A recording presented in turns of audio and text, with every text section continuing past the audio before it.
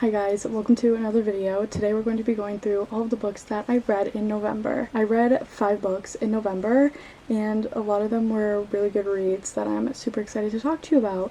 As always, you know I'm not good at giving descriptions on books, so bear with me as best as you can while I go through this thing. Also, a little bit of a different setup. I moved my desk and the lighting over here looks good. So I also changed some of the settings on my camera, so hopefully the quality looks good, because the quality in my TBR jar is so bad, but I have to post it, so I'm sorry everyone. Anyway, we're just gonna get right on into it. The first book that I picked up, which I actually picked up in October, but I was in a book slump, so I finished it in November, but it's A Curse for True Love by Stephanie Garber. This is the last book in the Once Upon a Broken Heart trilogy. I've been anticipating this book for so long.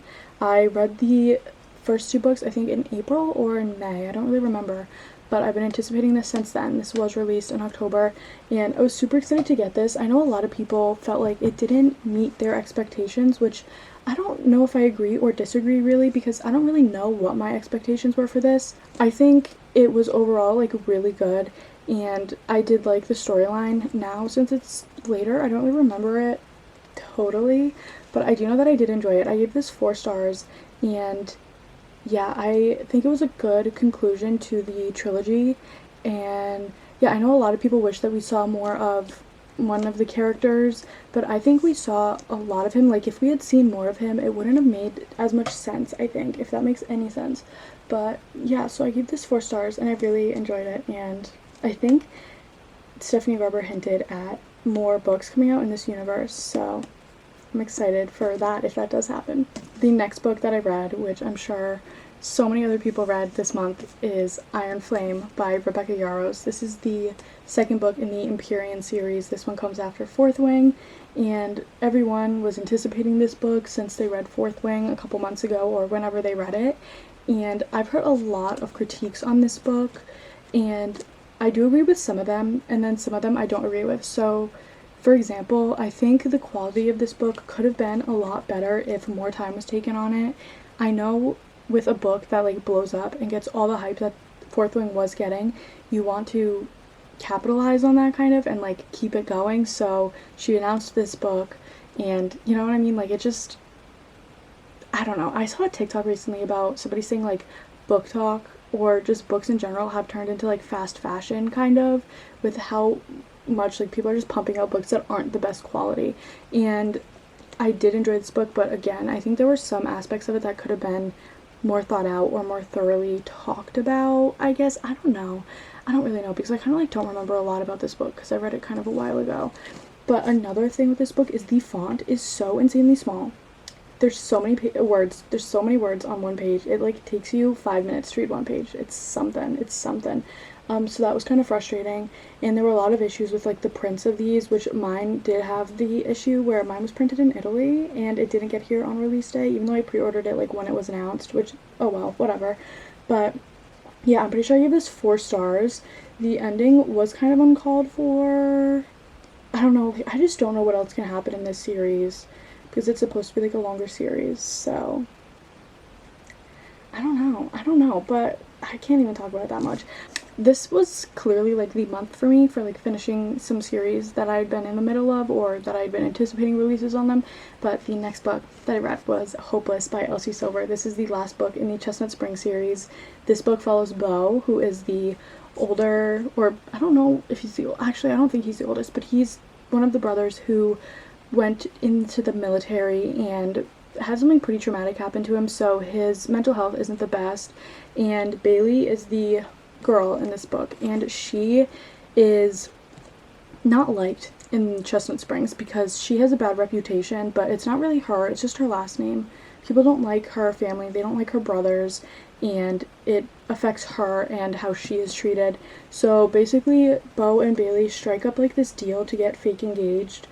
For Beau, the purpose is so that he can kind of get his family off his back on trying to make sure that he's okay, because ever since he's come home, like, they're all over him about, like, seeing if he's okay and stuff, and he kind of is just, like, sick of it, I guess is the best way to put it, and he just wants to make it seem like he's fine and doing okay.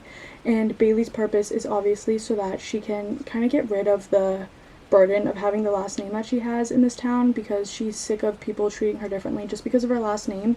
And Beau is like the sweetheart. Everyone loves Beau because of everything that he went through, and she just thinks that, like, maybe that will help her image and make it a little bit better and not get treated the way that she does get treated. I gave this 4 stars. It was super good. I really don't know my, like, rating or my, like, ranking, I mean, of all the Chestnut Springs books. However, I don't know, but I did love this one, and I will say, when I was reading the epilogue, I was crying, because it's sad finishing a series. Like, you're saying goodbye to these characters, and, like, you're never gonna see them again, and that's depressing. So yeah, I gave this 4 stars. I did really enjoy this book, and I really want to read more of Elsie Silver's books, because I do love her writing and just her books in general. Like I said, this was the month for me for finishing series, so I decided to pick up Believe Me by Tahereh Mafi. This is the final novella in the Shatter Me series. So I started the Shatter Me series, I think, last year. I have just been putting this book off for so long for no reason. Look how short it is. I don't know why. You know what I mean? Like, once you're away from a series for so long, you kind of don't really care anymore about the characters. So that ended up being my predicament with this book. And I ended up skimming through, like, half of it because I just, like, didn't really care. And I just wanted to be done with it and just to have this off my TBR, because I don't know. But, I mean, I gave it, like, 3 stars, I think. From what I was reading, like, it was fun. It was, like, I can't really talk about the plot of this novella without, like, giving, like, the series away. But it was pretty good. I just, like, I don't know. But yeah, I gave this 3 stars. Again, I skimmed through it, so I don't really know if it's fair for me to, like, rate it. But I don't know, at the same time, it is a little bit sad that I'm done with this series, because there were so many books, and I felt like I really got to know these characters. But now it's over, but I'm kind of okay with it. I'm okay to be moving on to better things, better books, you know, kind of over it. The final book that I read and finished in November was The Love Wager by Lynn Painter. This, I think, was my favorite book of the month, and I literally read this, like, at the end of November. I just finished this a couple days ago, and this book was so cute. I loved it. I love Lynn Painter's books. The only other book I've read by Lynn Painter is Better Than the Movies, I think, but I definitely want to read more of her books.